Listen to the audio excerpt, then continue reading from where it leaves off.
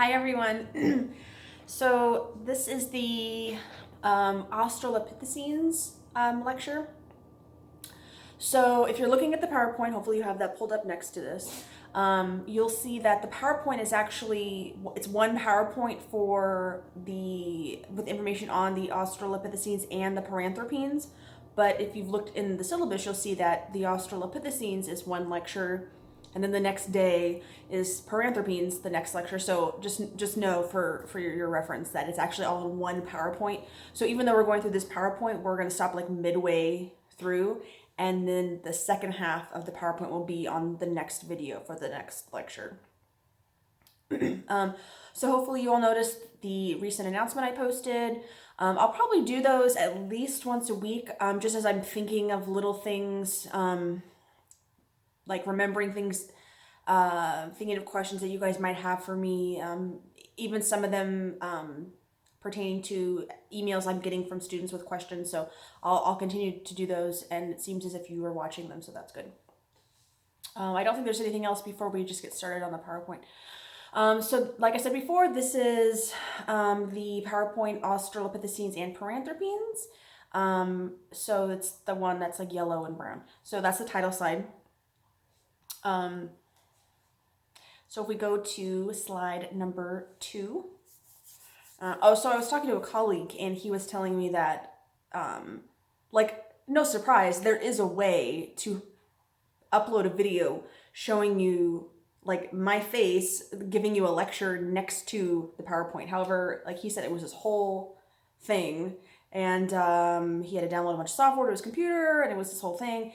And also I was like, well, maybe that could be cool. But also the webcam on my computer is shit. So the camera on my phone is much better.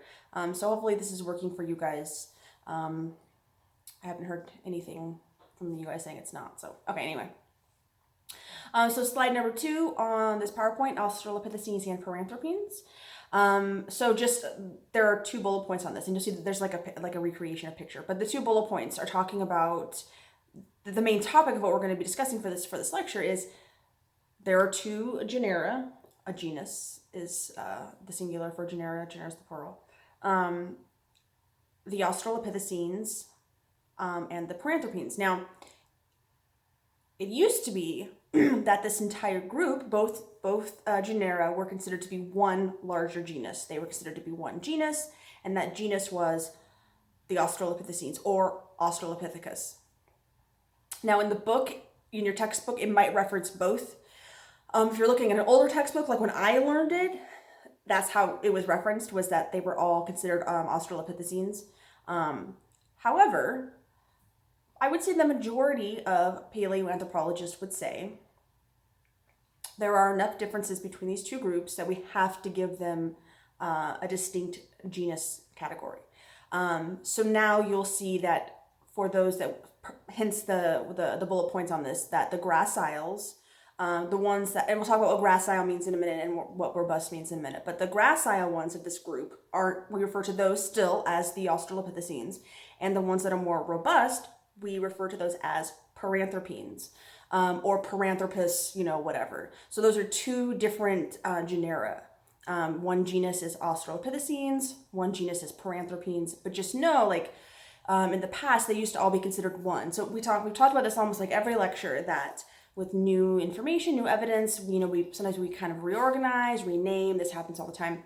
So this is just another example of this. So if you're seeing, like, if you're Googling this, or if you're looking in the book and you're like, I'm not really, like, it's saying, like, it has one genus name and then another, I think it's the same thing, like, you're right. Like, this is how I understand it now. Like, they are clearly 2 different groups, and we'll talk about the differences. And I'll also reference what I talked about in the last lecture, that, sorry, hiccups, about an adaptive niche kind of being something that defines a genus. So this is important. Okay, so anyway, so just know. So sometimes you might hear people saying, oh, the gracile Australopithecines or the robust Australopithecines. This is what they're getting at. This idea that they're different. Yes, I agree, they're different. We give them 2 different genus distinctions. So anyway, okay, so the next slide number 3. You'll see this, there are many of these throughout this series on the hominins. These pictures, in paint. I know I mentioned this last time to you guys, that I'm definitely more of a visual learner. And when it comes to things like timelines, I like to see like a visual like timeline, because then it helps me kind of organize my mind. Okay, like that came first, then that, then that. Okay, that makes sense. So even though like the bullet points might say 6 million years ago, 5 million years ago, 3 million years ago, like that doesn't matter in my brain.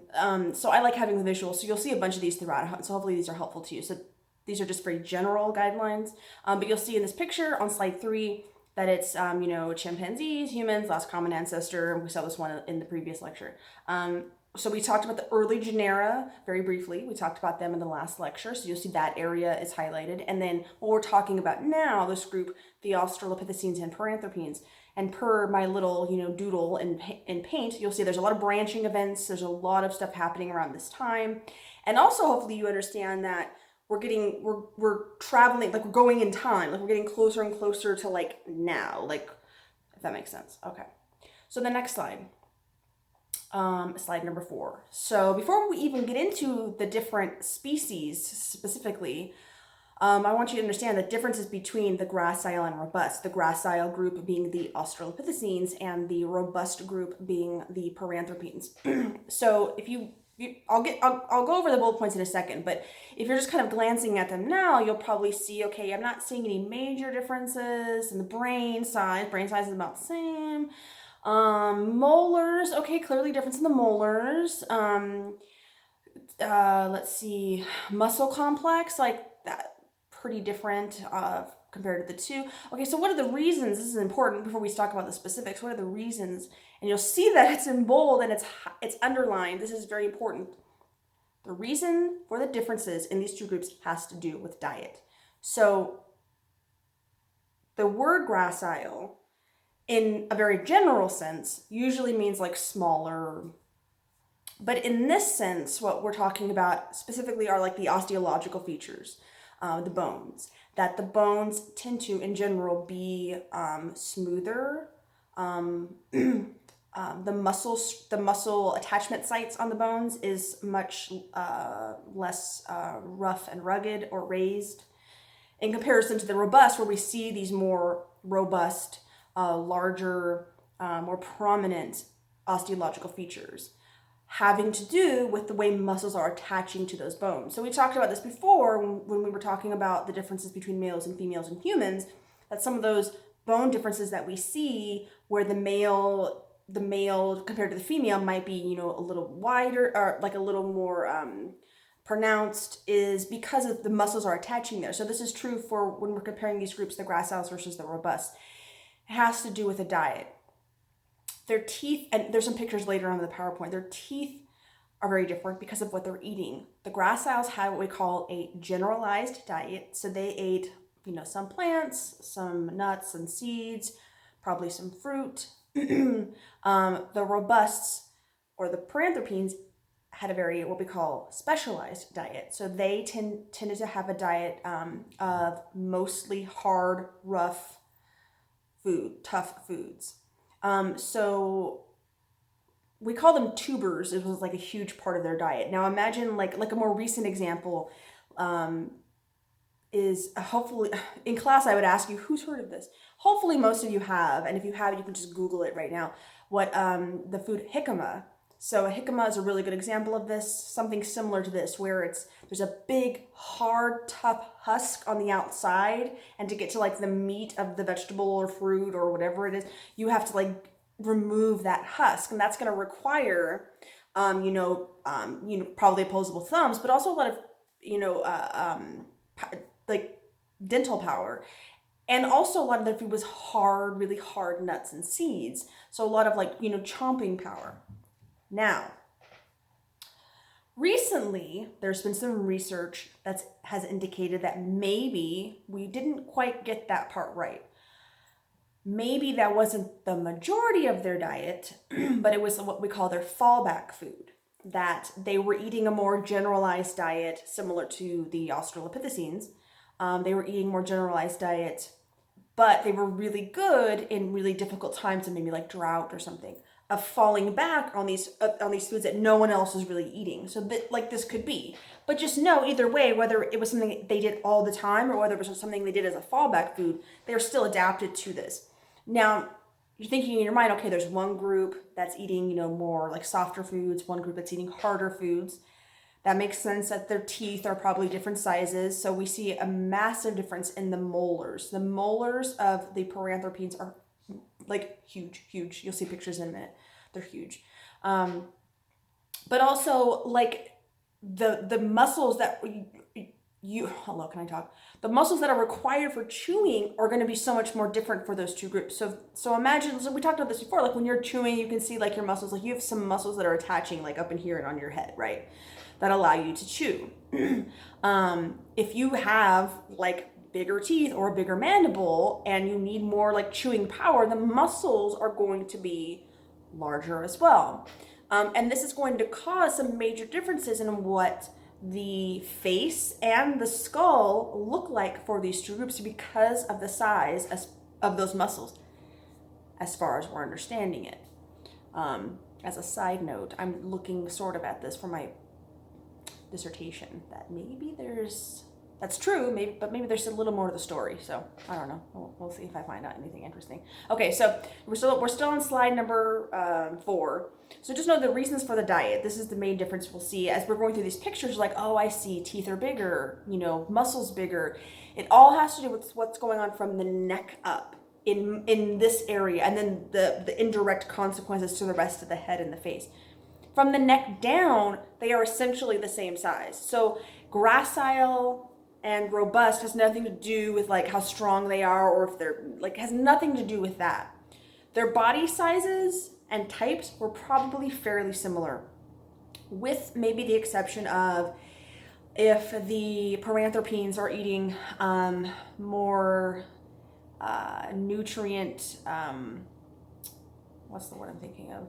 Like the nutrient, like, so we talked about this with gorillas, that gorillas are eating a lot of, you know, like leaves and bark and stuff, that they can get nutrients out of that food, but it takes the body a lot longer. So they have that really large gut system. So this would probably be similar for the robust Australopithecines if they were eating for the majority of their diet these more difficult foods, that they may have had a larger gut system, like intestines, so they may have had a little bit more of a belly, you know. But in general, their bodies are the same. It has nothing to do with strength. When you hear robust or gracile, it has nothing to do with strength or height. They were about the same size. It's all about what's going on here, robust versus gracile. And then you'll see here from the brain size that their brains are essentially the same. So we get this average based on like how many individuals we have for each species. So everything we see the difference between these two groups, between Australopithecines and Paranthropines, or graciles versus robust, has to do with the diet, has to do with what's going on here. Okay. So next slide number 5. So here it's showing you some of these, in this picture you'll see some of the skeletal differences. So it's showing you like a top-down view, frontal view, and then a view from the sides. You can see the Australopithecines versus Paranthropines, or Australopithecus versus Paranthropus. That's the genus name. So the first picture you'll see it's like a top-down. You're looking at if you could see the top of their head, that's what you're seeing. Now, you're probably seeing, hopefully there's 2 things that you're noticing, and if you don't, I'll point them out now. For the Australopithecines, hopefully you notice that they are a little more prognathic. Recall we talked about prognathism. That's when your face is projecting a little bit, or a lot. That the Australopithecines have a little bit more prognathism, and the Paranthropines do not. It's much, more, it's more flat. And the other thing hopefully you notice is this space that is created with the connection of the temporal bone and the zygomatic bone, the zygomatico-temporal space. I point to it, you can't see me pointing to it. Think of your own head, your own face. You have a bone here. This is your zygomatic, and you have what's called a zygomatic arch, and it comes back here and it connects to your temporal bone. And so ours isn't very wide or anything, but we do have a muscle. The muscles for mastication that sit, behind that and kind of attached to it, the masseter and the temporalis muscle. That space houses that muscle. Now, if that muscle is small, like in a human, that space is going to be small, and that zygomatic bone won't be like projecting out really far, because it's right there. There's a little space for the little muscle, works perfectly for us. If, however, that muscle is very large, then that space has to be larger to accommodate it, which means what you end up seeing, and hopefully you notice this on the picture, that on the Australopithecines, there's a space, but that space for the Paranthropines, that same space, is much larger. Hopefully you're seeing that. That's because that muscle is so much larger, because they have that really complex chewing system and those hard, tough foods that they have to be able to eat, so they need more muscle power to do that. So that space is much larger to accommodate that larger muscle. And what that ends up doing is that, as you can imagine, it ends up changing the shape of their face. Like their zygomatic ends up kind of what we call like flaring out, the flaring zygomatic. It comes out farther. And because of the way the muscles are all working, it kind of pulls their face a little flatter. So their whole face and head is changed just because of that. Okay. Now the second picture, you'll see it's like the frontal view. And so you should be seeing that from the side, like that zygomatic is a little flared in the Australopithecine, but in the Paranthropine, it's clearly like farther out. And hopefully there's something else you notice. It's called oh my God, I'm gonna blank right now. Sagittal crest. Sagittal crest, so right here on the top of the head. So we have these muscles that are coming up for chewing, right? And for humans, they attach like right here. But imagine those muscles are much larger, like in many other animals, like a gorilla, for example. The muscles are so big, they're attaching, they're so big, they're attaching. They get up here and the body's like, I don't even have enough bone anymore for this giant muscle to attach to. So the body is create, like we have, the gorillas have extra bone. We talked about this. They have that extra bone because those muscles are so big, they need something to attach to. This is what we're seeing in the Paranthropines, that they have that crest, not as large as a gorilla, but it's still pretty big. It is specifically for those muscles to come, they have something to attach to. We don't see that in the Australopithecines. And then the side view. Okay. Oh, my doggy's coughing. Okay. Okay. And then the third picture, you'll see from the side view that the mandible is obviously a little bigger for the Paranthropines. You'll notice that that sagittal crest from the side. So you can see my head. And then the bottom picture is just a picture of the teeth, showing that the Paranthropines have much larger teeth. Now I'll show you another picture later. It's like a real picture. It's freaking crazy. Okay, so moving on to slide number 6. So this just has a bullet point of the 3 bullet points of the 3 species that we're going to talk about for the Australopithecines. So in your book, there are definitely more, but just for the purposes of this course, we're going to go over these 3 main Australopithecines. So you'll see here, and also in that picture, I know I mentioned this before, that the Smithsonian did like a recreation of many of these species. They're very cool. You can go to their website and see them all. But here's just one kind of showing what this individual would have looked like. So it's a lot. I think it's better to see those, like, and the bone, like the fossil pictures, because when you're looking at just the fossils, like, that's cool, and you can really see some of the differences in morphology and function and like biomechanics, all that. But when you're trying to kind of imagine, like, this happened, this was real, it was a real thing that happened millions of years ago, there were these individuals that existed, and we see these changes through time. When you see like more of like a familiar visual, I think it's better, so you get both of these in this PowerPoint. Okay, so the next slide, slide number 7. So we're going to talk very briefly about Australopithecus anamensis. So remember, these are the graciles. This is what we're talking about today, the gracile group. Anamensis. So in Kenya, Lake Turkana, this location is going to come up quite a few times. We see thick enamel. Remember that that's one of the characterizing features of a hominin, thick enamel. Bipedal, no question at this point, definitely bipedal. And then I have a couple bullet points of some of the reasons how we can tell, like just based on the some of the first stuff that they found, based on the leg bone. So recall from the PowerPoints on bipedalism that you can have many parts of the body tell you if that individual was bipedal. You can have just the occipital bone, you could have part of the pelvis, you could have the femur, you can have the tibia, you can have bones of the foot, and you will know whether that individual was bipedal versus like quadrupedal. So we know. Also canines, still a little bit moderate-ish size. Remember that idea that for even though this group of traits characterizes hominins, they didn't all happen at the same time and they didn't happen at the same rate. So we're seeing that teeth are getting a little smaller, at least for this group. And I don't remember that part. So I have in the in the PowerPoint slide that it says slightly divergent hallux. I'm drawing a blank on that, but I put it in there for a reason. So I should probably just put it in there as a point of like interest, that's interesting. If it's slightly divergent, probably just indicating that as we're becoming bipedal, fully functioning bipedal, that there's a process to that. Okay, so the next slide, slide 8, Australopithecus afarensis. Sorry guys, I need to like blow my nose. Okay. Afarensis. So once again, we're in Ethiopia. So remember, I was there. I wish I could tell you guys more in person. It's better when you can ask questions, but I had a really cool experience. So we're moving along in time. Remember that I'm never going to ask you, like, give me the date. I'm not going to ask you that. It's just there for your clarification, but you'll see like on my little picture that we're kind of moving along in time. So the brain size, 400 cc's, so a little larger than we're seeing with like a modern chimpanzee. But a modern human, remember, is around like 1400 cc's. So the brains are still fairly small at this point. We're seeing them getting a little bigger, but not like much bigger. One of the famous specimens we have, and this is the next bullet point, is this, this specimen Lucy. So you've probably heard of her. She's one of the more famous fossils that we have. She's in Ethiopia at the National Museum. And one of the great things about her was, one, she's one of the very first like fossils that we found of hominins, decades ago. So an amazing find, but she's fairly complete. So 40% complete.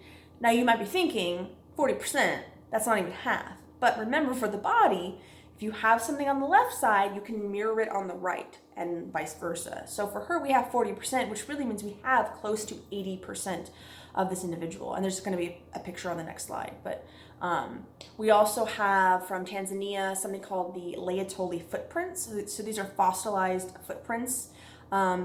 There was so much, like, there's often this very romantic narrative of this fossil that is showing like a mom and a dad and a kid. That's a bias. That's a very modern bias we have. We have no way of knowing that, who it was, what their social structure was. I mean, from just the footprints alone, we don't know that. So anyway, next slide. Slide number 9, you'll see this picture of Lucy.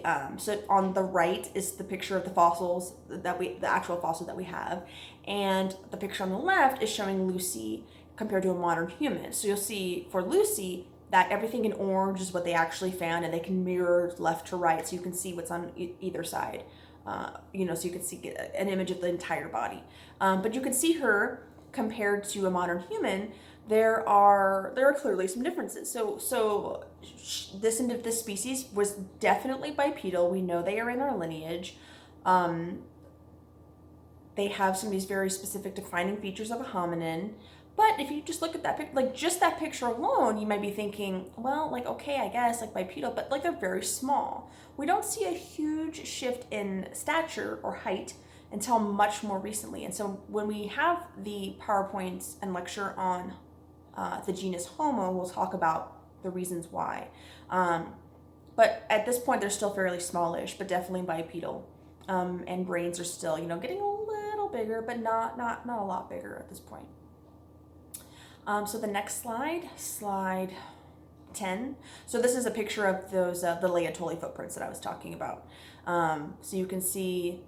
We're pretty sure it was 3 individuals. They were bipedal. We can tell this by like the way, like the arch of the foot fossil imprint.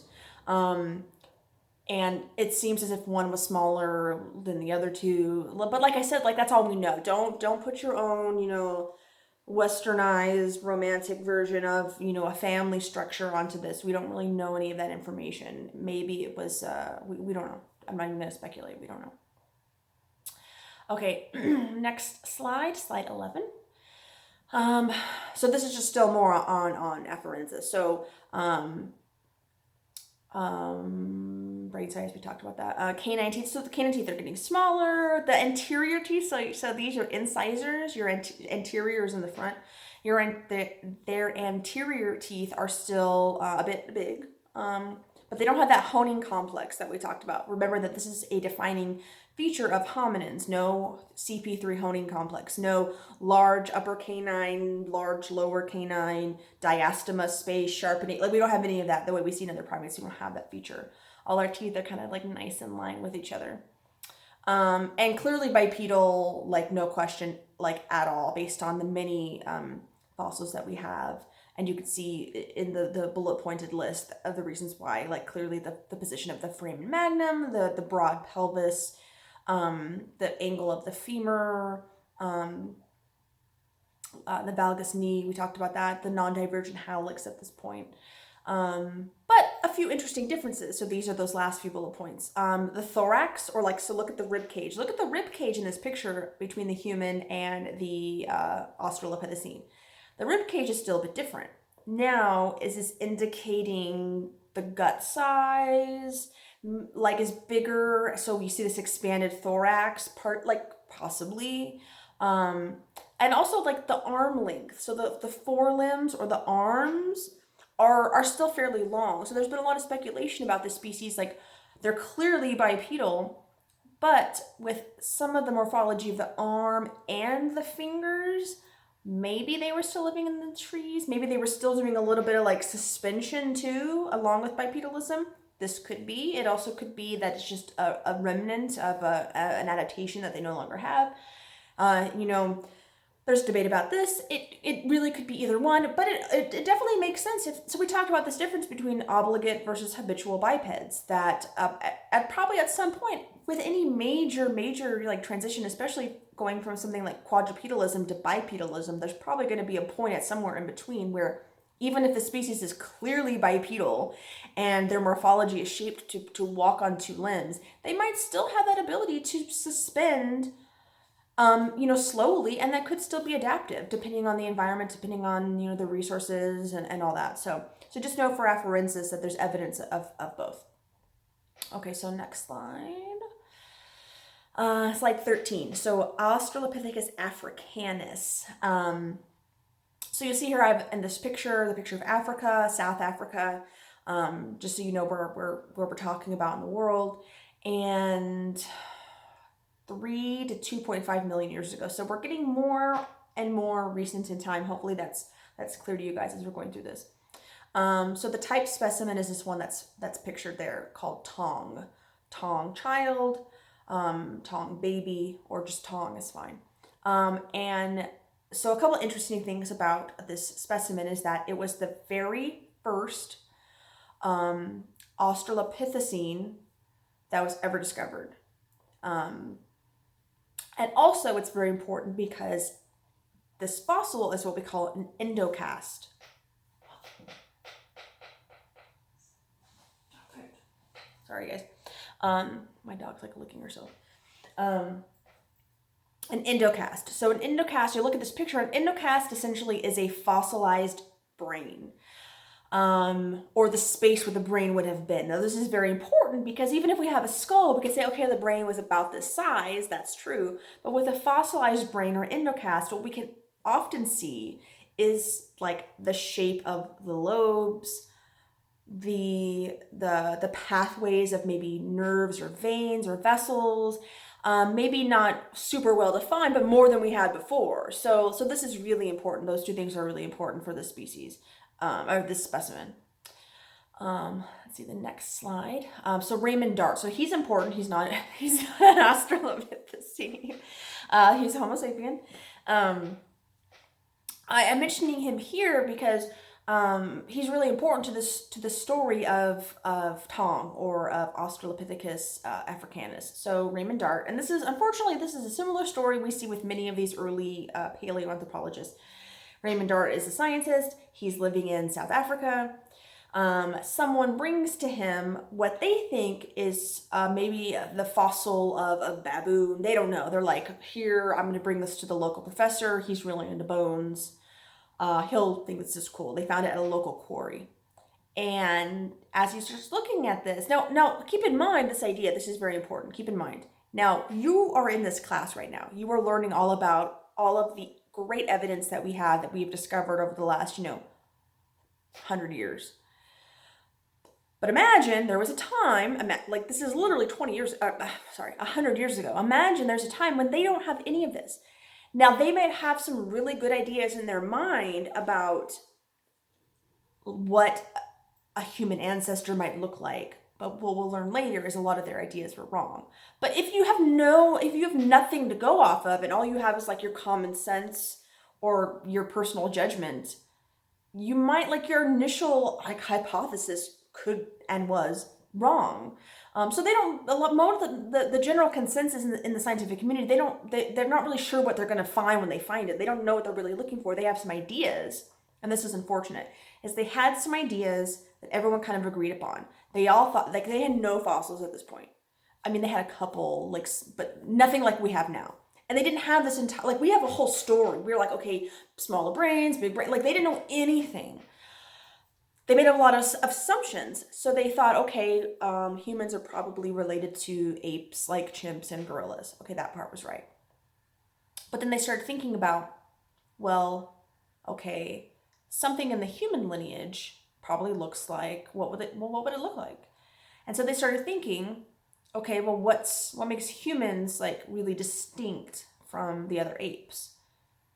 And so while you've learned in this class that like bipedalism is like the most important thing, they would say, well, intelligence, we are clearly like so much more intelligent. So for them, big brains was the thing they thought that would be so prominent amongst like any species in the human lineage. They thought, doesn't matter if it's 1 million years ago, 2 million years ago, big brains, we're going to see big brains. Well, we know that's not what happened. Big brains got bigger later. They were getting a little bit bigger, but they mostly stayed kind of small to medium sized for a long time. Like, brains got bigger over time, but not like right away. They thought they would see big brained apes, essentially, and then it would get a human body later. What we realized is actually the opposite. We see like more modern stature, bipedalism, height gets taller, and then we see the jump in brain size. Like, they had it wrong. They didn't know that, but they had it wrong.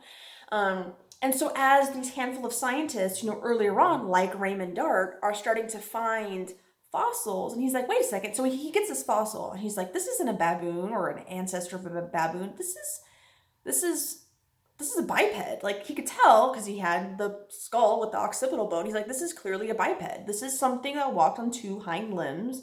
It's clearly an ape. Could this be something in our lineage? And he was convinced of it. He was right. He was convinced of it. And he also was pretty sure he had a juvenile, which he did. And so he brought this to like the scientific community. I think this is on the next slide. So let's switch sides to slide 15. Yes. Okay. So it's just a little bit more about him, where he went to school and where he was working and when he found the fossil. And then let's go to slide 16. Okay, so this is what I'm talking about. So right away, like I said, right away he noticed that the brain was large for what it would have been like a small child. He's like, this is a big brain for a juvenile. This is clearly something in our lineage. It's clearly a biped. Like, he was like, everyone, listen to me. And everyone was like, no, Raymond, you're dumb. Like, you don't know what you're talking about. This is wrong. Don't you know, like, anything in the human lineage is going to have like a really big brain, and this isn't big enough. And also it's kind of small. Like, yeah, we know it's a kid, but like, it's also small. Like, they thought they didn't know what they were looking for, but they thought, you found it in Africa? Like, no, that's not going to happen. In South Africa, even farther away? No. Like, they didn't know, and so they got it wrong. And so poor Raymond Dart is like, no, he's like trying to tell these people for years, for like essentially his entire life, that he had found this amazing find, and no one believed him, and he ended up being like sort of ostracized in his community. And he held on to these for his whole life, these and some other fossils, and finally later in life, people realized like the relevance and importance of what he had. When of course then later they found more to back up the story anyway. So no, Raymond Dart, very interesting. Okay, so the next slide, 17, just gets at what I just said, that a lot of the other scientists kind of disregarded what he said. A lot of them didn't think that our origins as humans would be in Africa. We'll get into that later. They didn't think that. We know, of course, now that's completely accurate. For millions of years, we are from Africa. And then that last slide, slide 18, or not the last slide, sorry, the next slide, slide 18, just another paint showing you kind of the progression in time. Okay, and then I think slide 19. So this is just more on Africanus. So we talked about the Tongue specimen and Raymond Dart, but here's some more details about this actual species. So South Africa, there are a few major important sites. Those are listed. You don't need to memorize those. So no cresting, of course. Molars are smaller. The anterior teeth, so they're still big. And this species has a very interesting facial feature called anterior pillars. Now, if you're looking at the picture of the skull, hopefully you see kind of like in this area by the nose, there's kind of a raised portion, like right here. We don't see that in any of the other Australopithecines. And there's a lot of debate about what this serves. Is it part of a buttressing system? Is it for stress reduction? There's a lot, like this one feature is very interesting. It's very unique to this species. So just be aware, like if you saw that, you're like, that's an Africanus. I can tell right away. It's got those anterior pillars. So if you're taking the lab at some point, that would probably, hopefully, be something your instructor points out to you. I think that's it, because the next one's Paranthropus, and we're going to save that for another day. Okay, so that we ended on slide 19. I will post this lecture, and then I will talk to you guys soon. Okay.